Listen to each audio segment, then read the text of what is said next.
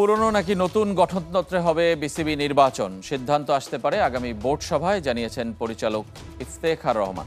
তামিম ইকবালের নির্বাচনে অংশ নেয়ার গুঞ্জন নিয়েও মুখ খুলেছেন তিনি। আমি একটা কুইক টি-20 ইনিংস খেলতে এসেছি এখানে, সো একটা ভালো টি-20 ইনিংস খেলবো, যে ইনিংসটা আপনারা সকলে মনে রাখবেন।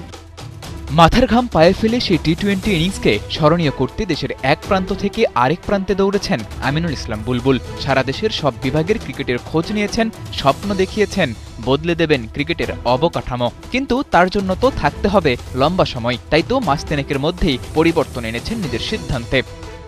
I would love to continue টি-20 ক্রিকেট। তো মাঝে মাঝে 120 বলও খেলতে হয়, 120 বল তো 2 ওভারে শেষ হয়ে যায় না।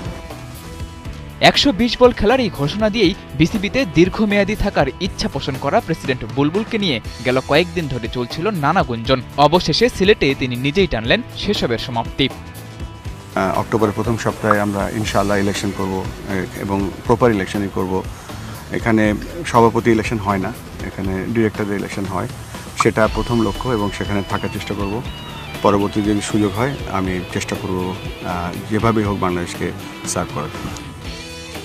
তবে আমিনুল ইসলাম বুলবুলের এই ঘোষণার আগেই সাবেক ক্যাপ্টেন তামিম ইকবাল বিসিবির সিংহাসনের লড়াইয়ে নামার ঘোষণা দিয়েছেন।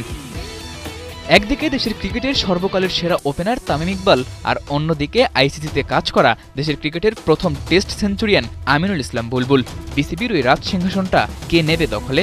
সাবেক দুই অধিনায়কের নির্বাচনের ঘোষণার পর ভোটাররাও এবার পড়তে পারে খানিকটা দ্বিধাদ্বন্দ্বে। তবে এখনও আছে কিছুটা ধোঁয়াশা। বিসিবির সভাপতি পদে নির্বাচন করতে হলে আগে হতে হবে বিসিবি পরিচালক, যেখানে ক্লাব ক্যাটাগরিতে তামিম ইকবালের নির্বাচন অনেকটা নিশ্চিত হলেও আমিনুল ইসলাম বুলবুল কিভাবে আসবেন বিসিবির পরিচালনা পর্ষদে? আবারও কি এনএসসির কোটায়, নাকি বুলবুলও ছক কষছেন ক্লাব ক্যাটাগরিতে নির্বাচন করার?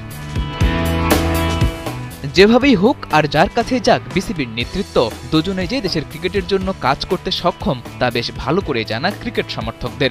আমিনুল ইসলাম বুলবুল নাকি তামিম ইকবাল, বিসিবির সভাপতি হিসেবে কাকে দেখতে চান? খেলাযোগের এমন প্রশ্নে দেখা গেছে মিশ্র প্রতিক্রিয়া।